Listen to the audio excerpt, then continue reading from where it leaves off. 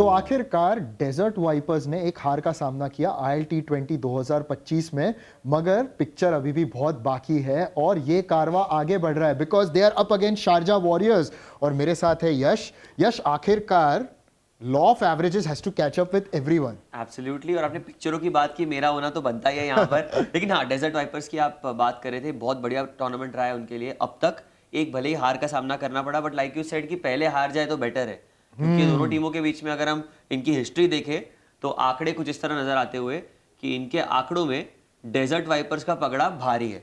जी, desert wipers ने 3 मुकाबले जीते हैं, 4 जो इनके मैचेस हुए, जिसमें से अगर आप देखें तो ये मेरे ख्याल से इस साल का इन दोनों के बीच में पहला मुकाबला है। एब्सोल्युटली, इन दोनों का पहला मुकाबला इस साल के, और 4 मुकाबलों में 3 बार डेजर्ट वाइपर्स ने जीत हासिल की और 1 बार शारजा वॉरियर्स की हुई है।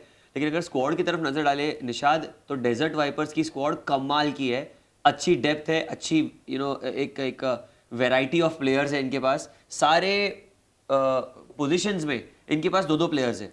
Absolutely, they've got all those options। और आपने बिल्कुल सही कहा कि they have got a player और an option for every spot। तो इससे क्या होता है कि आपकी टीम की एक डेप्थ बन जाती है, और फिर ऑलराउंडर्स भी जब रहते हैं, जैसे कि सैम करन है आपके पास, तो उसका फायदा होता है। डैन लॉरेंस भी अभी गेंदबाजी के साथ एक कंट्रीब्यूट कर रहे हैं, so there is a lot more depth to this side. But moving on, Sharjah Warriors की अगर बात करें तो कुछ इश्यूज है वहां पर। बिल्कुल, लेकिन मोस्ट रन्स जो है इनके, वो इस टूर्नामेंट में इशू सबसे बड़े यही होंगे शारजा वॉरियर्स के लिए कि Sam Curran, Alex Hales, Dan Lawrence तीनों जो अब फॉर्म में आ चुके हैं, इनको कैसे रोकेंगे निशाद? क्योंकि सैम करन टॉप स्कोरर है इनके टीम के, एलेक्स हेल्स ज्यादा पीछे नहीं है, हाल ही में उन्होंने अपनी लय पकड़ी है। लेकिन सबकी स्ट्राइक रेट आप देखिए, जो टॉप 2 में आपके नजर आ रहे हैं, थोड़े से स्लो। अब तक जो हमने उनका जो एक्सप्लोसिव बैटिंग था वो देखा नहीं। हालांकि डैन लॉरेंस और रदरफोर्ड के तो स्ट्राइक रेट की बात करें तो कहाँ पहुंच चुके हो।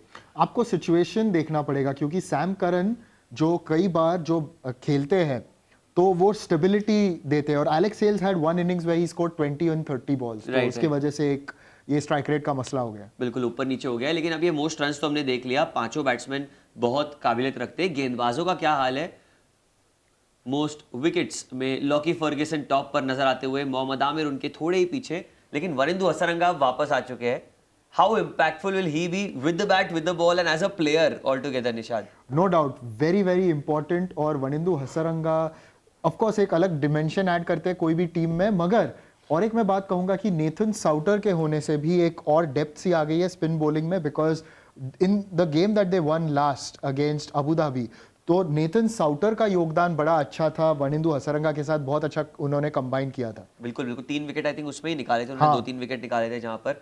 तो आई थिंक ये दर्शाता है कि बल्लेबाजी और गेंदबाजी दोनों में they got a lot of options, और ये एक बहुत अच्छी स्थिति है जिसमें वो खुद को पाते हैं। लॉकी फर्ग्यूसन कप्तान है। लेकिन अब हम बात करेंगे दूसरी टीम की। आपने बात की थी शारजा वॉरियर्स भी एक बहुत अच्छी टीम है इस टूर्नामेंट में, इनकी स्क्वाड को देखकर आपका क्या कहना है?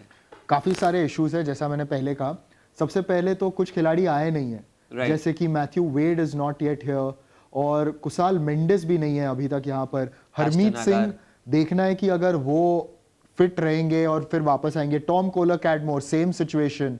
तो आपकी पूल ऑफ सिलेक्शन कम हो गई है, और एस्टन एगार भी नहीं है, सो देव गॉट डैनियल सैम्स, वो भी बिग बैश खेल रहे हैं। तो आपके इतने ऑप्शन कम हो गए, तो ये थोड़ा सा एक मसला जरूर है शारजा वॉरियर्स। स्ट्रेसफुल हो जाता है, बिल्कुल स्ट्रेसफुल हो जाता है, क्योंकि इनकी जो बैटिंग है इसमें भी ज्यादा परफॉर्मेंसेस हमने देखी नहीं है। एक ही खिलाड़ी है बैटिंग में, अविष्का फर्नांडो, जिसने मात्र 2 मुकाबलों में 60 की एवरेज से 120 रन किए। जॉनसन चार्ल्स ने भी हालांकि एक अर्धशतक लगाया जरूर है, लेकिन उसके अलावा, इन दोनों के अलावा जो बाकी जो नीचे 3 हम बल्लेबाज देख रहे हैं, टॉम कोलर कैडमोर टूर्नामेंट से बाहर हो चुके हैं इंजरी के चलते, फॉर वॉट एवर रीजन। वापस जब आएंगे तब आएंगे, लेकिन रोहन मुस्तफा और ल्यूक वेल्स, ज्यादा कुछ बल्लेबाजी नहीं बची इनके पास। हाँ, क्योंकि यही बात है ना कि जब आपके इतने सारे खिलाड़ी अवेलेबल नहीं है तो फिर इट बिकम्स अ प्रॉब्लम।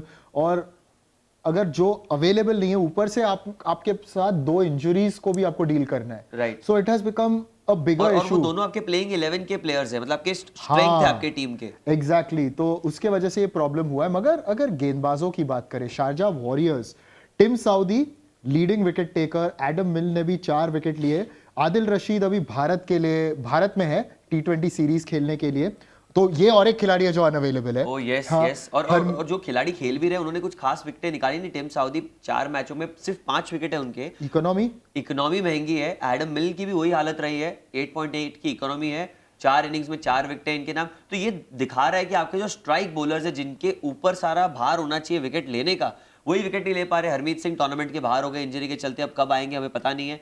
आपके आदिल रशीद जो है वो पूरी तरह से अब बाहर हो गए क्योंकि भारत का दौरा उनका अभी हाल ही में ही फ्लोन बैक टू इंडिया। तो ये सब जो चीजें चल रही है इसके चलते बहुत दिक्कतें हैं शारजा वॉरियर्स के खेमे में। और फाइनली अब तो हमें प्रिडिक्शन ही करना है निशाद। तो आपको मैं पहले पूछ लेता हूँ, व्हाट डू यू थिंक, कौन जीतेगा ये मुकाबला, डेजर्ट वाइपर्स या शारजा वॉरियर्स?